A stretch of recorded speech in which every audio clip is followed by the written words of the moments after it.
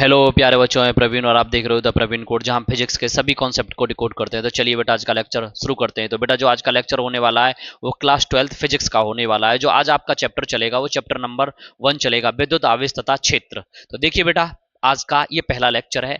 जैसा कि बोर्ड परीक्षा 2027 कक्षा 12 फिजिक्स चैप्टर नंबर 1 विद्युत आवेश तथा क्षेत्र, एकदम बेसिक से आज की जो क्लास है हम वो स्टार्ट करने वाले हैं। तो देखिए बेटा, आज सबसे पहले हम बात करेंगे स्थिर वैद्युत की, जो आपकी पहली यूनिट है। तो सबसे पहले पहली यूनिट की डेफिनेशन को जानते हैं, क्या है स्थिर वैद्युत की। इसमें बोला गया भौतिक विज्ञान की वह शाखा, किसकी? भौतिक विज्ञान की वह शाखा जिसमें स्थित स्थिर आवेशों का अध्ययन किया जाता है। इसमें क्या होता है? जो स्थिर आवेश होते हैं उनका अध्ययन किया जाता है। क्या कहलाता है? स्थिर वैद्युत की कहलाती है। अब बात आ जाती है बेटा, आपका जो चैप्टर का नाम है वैद्युत आवेश तथा क्षेत्र, ये आपका पहला चैप्टर है। आज हम सबसे पहले चैप्टर के बारे में जानते हैं। तो सबसे पहले बात आती है वैद्युत आवेश की। तो वैद्युत आवेश एग्जैक्ट में होता क्या है? कोई वस्तु होती है, उस वस्तु का वह गुण होता है जिसमें वैद्युत प्रभाव तथा चुंबकीय प्रभाव का अध्ययन किया जाता है या अनुभव किया जाता है। वो क्या कहलाता है? वैद्युत आवेश कहलाता है। जैसे कि देखो, मैं इसको लिख के भी लेके आया हूं, मैं आपको सारी चीजें समझाता हूं।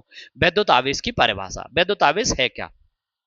वैद्युत आवेश वस्तु का वह गुण है। वैद्युत आवेश क्या है? कोई वस्तु है, उसका वह गुण है जिसके कारण वह वैद्युत प्रभाव, जिसके कारण वह क्या करता है? वैद्युत प्रभाव तथा चुंबकीय प्रभाव उत्पन्न करता है तथा उनका अनुभव करता है। मेरी बात ध्यान से सुनना। वैद्युत आवेश क्या है?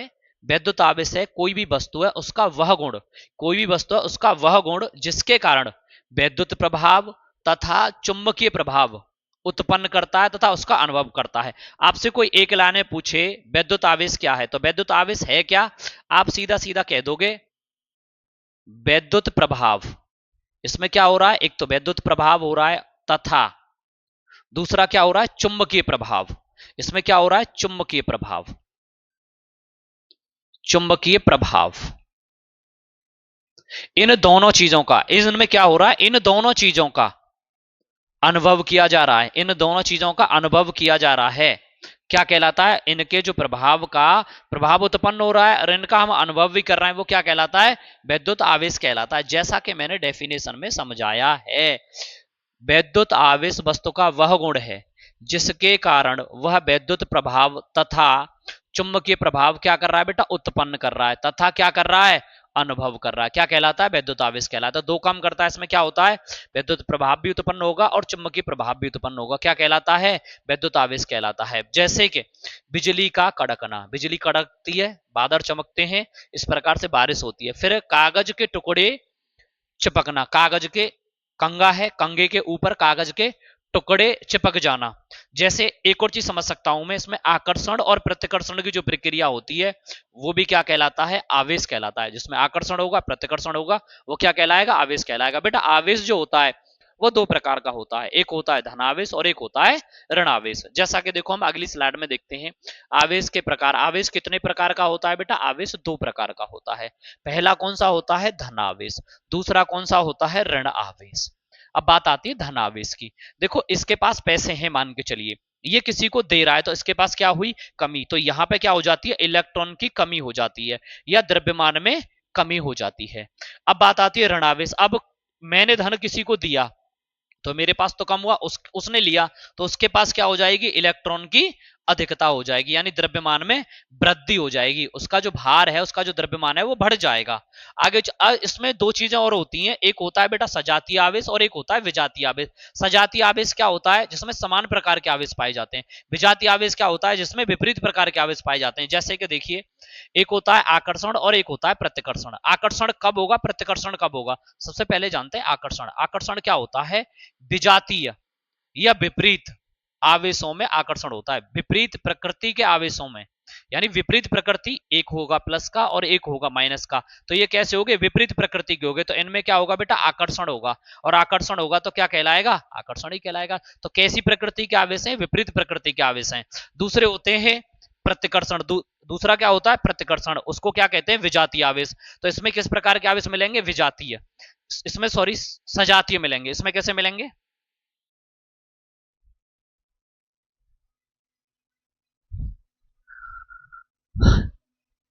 आकर्षण और प्रतिकर्षण, बात किसकी कर रहे हैं हम? आकर्षण और प्रतिकर्षण की। प्रतिकर्षण कब होगा, आकर्षण कब होगा? सबसे पहले जानते हैं प्रतिकर्षण। सजातीय या समान आवेशों में क्या होता है? प्रतिकर्षण। यानी जो समान प्रकार के आवेश होते हैं उनमें क्या पाया जाता है? उनमें प्रतिकर्षण पाया जाता है। समान जो जिनकी प्रकृति रहती है, जो उनका आवेश जो समान रहता है, वो किस प्रकार के होते हैं? समान आवेशों में क्या पाया जाएगा? प्रतिकर्षण पाया जाएगा। और विजातीय यानी विपरीत प्रकृति के आवेशों में क्या पाया जाता है? आकर्षण पाया जाता है। समान का मतलब है अगर इसके पास भी प्लस है और इसके पास भी प्लस है तो यहाँ पे क्या होगा? प्रतिकर्षण होगा। अगर यहाँ माइनस है और यहां भी माइनस है तो यहां पे क्या होगा? प्रतिकर्षण होगा।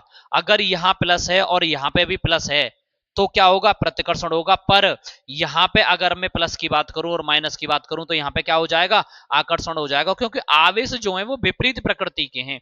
एक प्लस हो गया और एक माइनस हो गया, तो इनमें क्या होगा बेटा? आकर्षण होता है। आगे चलते हैं। अब बात आती है आवेश का जो मात्रक है। आवेश का मात्रक क्या होता है? आवेश की विमा क्या होती है? आवेश का जो मात्रक होता है बेटा वो होता है कूलम। तो हम यहां लिख देते हैं जो आवेश का जो मात्रक होगा वो होगा कूलम। तो हमने यहां पे लिख दिया आवेश का जो मात्रक है वो क्या होता है? कूलम। ठीक है, आवेश का मात्रक कूलम हो गया। और इसकी जो विमा होती है, विमा की बात करेंगे। विमा से पहले हम एक फॉर्मूला जान लेते हैं। इसका एक फॉर्मूला होता है Q बराबर आई टी। तो Q तो हो गया चार्ज, I हो गया धारा, और T जो है और T हो जाएगा समय। तो इसी से इसकी डायमेंशन बन जाती है। तो इसकी जो विमा होती है, विमा होती है बेटा A और T। A क्या होता है? एम्पियर, और T क्या होता है? समय। तो इसकी विमा हो गई AT। और इसका जो मात्रक होता है वो कूलम होता है। और इसका जो सिंबल होता है कूलम का, वो ऐसे करके C बनाते हैं, ये इसका सिंबल हो जाता है। अब इसका मात्रक क्या होता है? कूलम। इसकी विमा क्या होती है? AT। आगे चलते हैं बेटा। आगे बात आती है सीजीएस पद्धति में आवेश का मात्रक क्या होता है। सीजीएस पद्धति में आवेश का जो मात्रक होता है वो होता है बेटा स्टेट कूलम। क्या होता है? State coulomb. कूलम आप ऐसे भी लिख सकते हो जैसे मैं लिख रहा हूं, और पीछे जो लिखा है वैसे भी लिख सकते हो। तो सीजीएस पद्धति में आवेश का मात्रक क्या होता है? State coulomb. एक सीजीएस पद्धति में हो गया, एक एसआई पद्धति में हो गया। अब एक बात आती है आवेश का सबसे बड़ा मात्रक। तो आवेश का जो सबसे बड़ा मात्रक होता है वो होता है बेटा फैराडे। इसका सबसे बड़ा जो मात्रक होता है वो होता है फैराडे। अब सबसे बड़ा मात्रक हो गया तो एक इसका सबसे छोटा मात्रक भी होगा। जो सबसे छोटा मात्रक होता है वो होता है बेटा फ्रैंकलिन। फ्रैंकलिन, ये सबसे छोटा मात्रक होता है फ्रैंकलिन। अब बात आती है एक फैराडे में कितने कूलाम होते हैं? एक फैराडे में 96,500 कूलाम होते हैं। एक फैराडे में कितने होते हैं? 96,500 कूलाम होते हैं। और एक कूलाम में कितने स्टेट कूलाम होते हैं? 3 गुणा 10 की पावर 9। 3 गुणा 10 की पावर 9 स्टेट कूलाम होते हैं। देखो, आवेश का जो मात्रक होता है वो क्या होता है? कूलम। आवेश की जो विमा होती है वो क्या होती है? एटी। और आवेश का जो फॉर्मूला बनता है क्यू बराबर, वो क्या बनता है? आईटी। अगर बात करते हैं सीजीएस पद्धति में मात्रक, सीजीएस पद्धति में जो मात्रक होता है वो स्टेट कूलम होता है। अगर आवेश का सबसे बड़ा मात्रक देखा जाए तो फैराडे होता है, और आवेश का सबसे छोटा मात्रक देखा जाए तो फ्रैंकलिन होता है। एक फैराडे में कितने कूलाम होते हैं? 96,500 कूलाम होते हैं। और एक कूलाम में कितने स्टेट कूलाम होते हैं? 3 गुणा 10 की पावर 9 स्टेट कूलाम होते हैं। अगर बात की जाए इलेक्ट्रॉन पर आवेश, प्रोटॉन पर आवेश, अल्फा कण पर आवेश, इलेक्ट्रॉन पर द्रव्यमान और प्रोटॉन पर द्रव्यमान, इनकी अलग अलग वैल्यू होती है। इनको भी हम जान लेते हैं। अगर हम बात करते हैं, देखो इलेक्ट्रॉन और प्रोटॉन दोनों सेम होते हैं। इनमें क्या होता है? इलेक्ट्रॉन पर तो माइनस होता है और प्रोटॉन पर प्लस होता है। तो सबसे पहले हम इलेक्ट्रॉन की वैल्यू जानेंगे। तो वो कह रहा है इलेक्ट्रॉन पर जो आवेश है, ये आप याद रखना, इलेक्ट्रॉन के पास जो आवेश रहता है 1.6 गुणा 10 की पावर माइनस के 19 पर, इसके पास क्या रहता है? माइनस। प्रोटॉन के पास क्या रहता है? 1.6 गुणा 10 की पावर माइनस के 19। इसके पास पॉजिटिव रहता है और इसके पास नेगेटिव। इलेक्ट्रॉन का मतलब नेगेटिव, प्रोटॉन का मतलब पॉजिटिव। अब बात आती है अल्फा कण। अल्फा कण के पास जो इलेक्ट्रॉन होते हैं बेटा वो 2 इलेक्ट्रॉन होते हैं। कितने इलेक्ट्रॉन होते हैं? 2। अल्फा कण के पास जो इलेक्ट्रॉन होंगे वो आपके लिए 2 इलेक्ट्रॉन होते हैं। 2 इलेक्ट्रॉन, अगर हम इलेक्ट्रॉन की बात करें, 2 मल्टीप्लाई 1.6 गुणा 10 की पावर माइनस के 19, यानी 2 गुणा 1.6 गुणा 19। अब हम क्या करेंगे? इसका मल्टीप्लाई कर लेंगे तो 32 गुणा 10 की पावर कितना हो जाएगा? माइनस के 19। ये इतने कूलाम हो गए, यानी इतना हो गया। अल्फा कण पर जो आवेश रहेगा वो 3.2 10 की पावर माइनस के 19 हो जाएगा। कोई दिक्कत है? इलेक्ट्रॉन पर आवेश कितना होता है? 1.6 गुणा 10 की पावर माइनस 19। प्रोटॉन पर कितना रहता है? 1.6 गुणा 10 की पावर माइनस के 19। अल्फा कण पर कितना रहता है? 2 इलेक्ट्रॉन। अब आपको एक इलेक्ट्रॉन की वैल्यू पता है, 2 से मल्टीप्लाई कर दिया तो 2 इलेक्ट्रॉन की वैल्यू ये आ गई। तो आपसे पूछा जाए अल्फा कण पर आवेश कितना रहता है? 3.2 गुणा 10 की पावर माइनस के 19 होता है। अब बात की जाए इलेक्ट्रॉन पर जो द्रव्यमान होता है, इलेक्ट्रॉन के पास जो द्रव्यमान होता है उसकी वैल्यू होती है 9.1 गुणा 10 की पावर माइनस के 31 किलो ग्राम, ये होती है। उसके बाद प्रोटॉन का अगर द्रव्यमान बात की जाए, प्रोटॉन के पास कितना द्रव्यमान होता है, तो 1.67 गुणा 10⁻⁻27 किलोग्राम, ये आपका प्रोटॉन के पास रहता है। यहां तक सारी चीजें आपको समझ में आई होंगी। जितना आज मैंने पढ़ाया है ये एक बार आपको घर पे पढ़ना है और एक बार मैं इसको रिकॉल कर दे रहा हूं, ध्यान से सुन लेना। सबसे पहले मैंने आपको पढ़ाया था भैया, क्या पढ़ाया था, सबसे पहले मैंने पढ़ाया आपको आवेश। क्या पढ़ाया मैंने, आवेश। अगर आवेश की बात करता हूं तो आवेश क्या होता है, कोई वस्तु होती है, उसका वह गुण होता है जिसमें क्या होता है, वैद्युत। देखो दो चीज याद रखना आप, वैद्युत प्रभाव, क्या होगा बेटा इसमें, वैद्युत प्रभाव तथा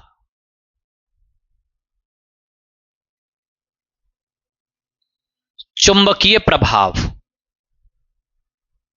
इसमें क्या होगा बेटा, वैद्युत प्रभाव होगा और चुंबकीय प्रभाव होगा, और इन ये क्या होंगे, उत्पन्न होंगे, और तथा में इनका क्या करेंगे, अध्ययन करेंगे। तो क्या कहलाएगा, वैद्युत आवेश कहलाएगा। क्या होगा, वैद्युत का प्रभाव तथा चुंबकीय प्रभाव उत्पन्न होगा और इनका हम अनुभव भी करेंगे, क्या कहलाता है, वैद्युत आवेश कहलाता है। दूसरी चीज क्या होता है, एक तो आकर्षण होता है और एक प्रतिकर्षण होता है, ये दोनों किस में होते हैं, आवेश में। अब बात आती है आवेश का जो प्रकार होता है, आवेश कितने प्रकार का होता है, आवेश दो प्रकार का होता है। पहले प्रकार की बात की जाए तो आवेश पहले प्रकार में धनात्मक होता है, और दूसरे प्रकार की बात की जाए तो आवेश ऋणात्मक होता है। अगर बात की जाए धनात्मक की और बात की जाए ऋणात्मक की, धनावेश पर क्या होती है बेटा, धनावेश पर हो जाती है कमी, इलेक्ट्रॉन की क्या होगी यहां पे, कमी, और यहां पे ऋणात्मक में क्या हो जाती है, इलेक्ट्रॉन की अधिकता। ठीक है, तो यहां पे इलेक्ट्रॉन की भी होगी और द्रव्यमान में कमी और द्रव्यमान में अधिकता होती है। और अब उसके बाद बात आती है सजातीय। एक होता है सजातीय आवेश और एक होता है विजातीय आवेश।